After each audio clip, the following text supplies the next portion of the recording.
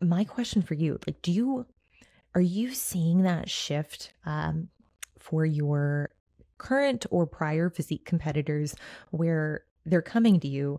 Are you seeing an uptick in PED use that now is putting them in the positions they're in? Or maybe not exclusively, maybe it's not Yeah. direct PED use that's having that impact, but are you seeing that on your intake forms, on your consultations? Because you do the consultations as well. And I mean, that's something that, like, I mean, I didn't realize in the last couple of years. I'm like, wow, this isn't just an isolated incident. This is majority of people within our realm. Yeah, that's a great question. I love working with bodybuilders. I work with like people don't even know I work with pro bodybuilders, and the PED usage, it's a great question. What I'm finding is that it depends on the PED that they're using. And I think it's multifactorial.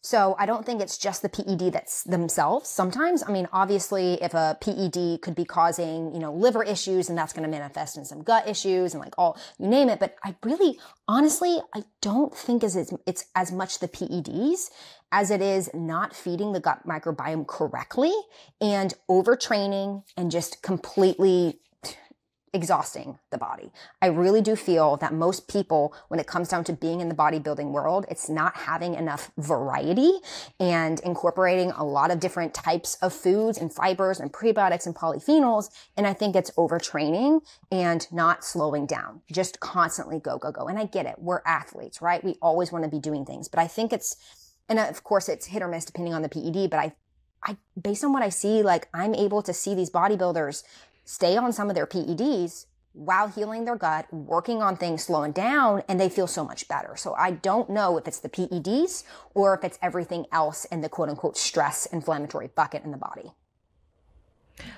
I love that. And frankly, I think there's a lot of carryover with individuals assuming that PEDs in themselves are causing some of these issues, gut related or non-gut related.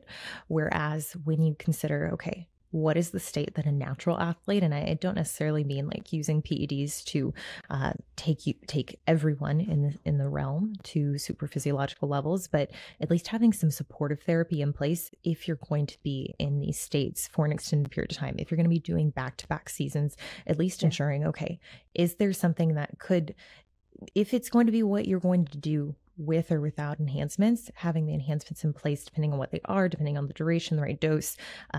I'm finding that a lot of individuals are actually having better outcomes, having at least a baseline in place so that that's not another issue that they're having to address prior to finishing their competition.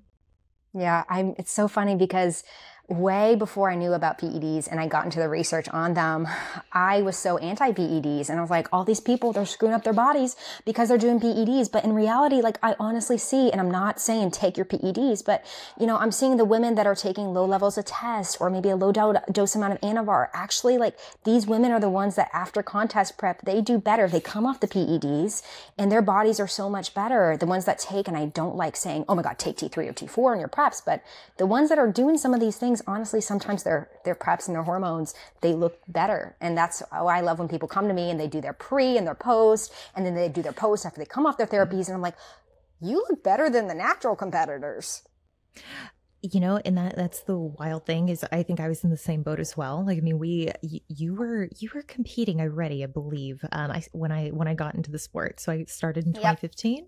Yeah. So you were for listeners, Lacey was one of the first fitness accounts that I followed. Like I've been around for a minute, with that though, I mean, like I had a very similar stance as like, okay, no, exclusively PEDs are going to do damage. There's not a way that they can be used to actually facilitate more stable outcome during that prep. But what I found is a lot of these consultations, a lot of individuals, they're like, listen, I'm going to do it regardless.